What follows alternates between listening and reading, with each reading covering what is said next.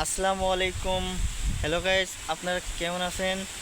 আশা করি ভালো আছেন। তো গাইস, আমাদের এই চ্যানেলের পক্ষ থেকে আজকে আপনাদেরকে আমি আলোচনা করব আপনারা সাজিনা শাক কেন খাবেন এবং কি সাজিনা গাছ আপনারা কিভাবে রোপণ করবেন তা আপনারা এই ভিডিওটির মাধ্যমে জানতে পারবেন।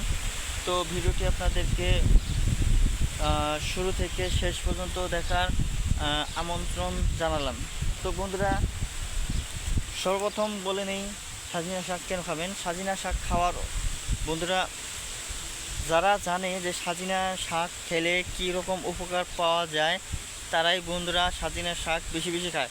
তার কারণ হচ্ছে সাজিনা শাকের মধ্যে অনেক ভিটামিন রয়েছে, যা আমরা হয়তো অনেক মানুষই জানি না। তো না জানার কারণে আমরা সাজিনা শাকগুলো খাচ্ছি না। তো প্রিয় ভাই ও বন্ধুরা, এখন বলে দিব সাজিনা গাছ রোপণ করবেন কীভাবে বাড়িতে কিংবা জমিতে। তো আপনারা যে বাড়ি থেকে সাজিনা গাছ দেখতে পাবেন সেই বাড়ি থেকে একটি ঢাল বন্ধুরা সংগ্রহ করে নিয়ে সেই ঢালগুলো আপনারা বাড়িতে রোপণ করবেন। তো সেই ডালগুলো রোপণ করলে সেখান থেকেই বন্ধুরা এই যে দেখতে পাচ্ছেন, এই যে এরকমভাবে একটি ডাল থেকে কয়েকটি ডাল বন্ধুরা হবে।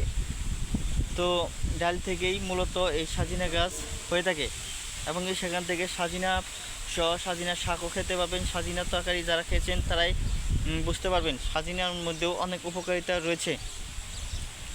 তো বন্ধুরা, সাজিনা শাক এবং সাজিনা খেলেই যে আপনাদের উপকার হবে তা কিন্তু নয়, উপকার হতে পারে। ধন্যবাদ আপনাদেরকে।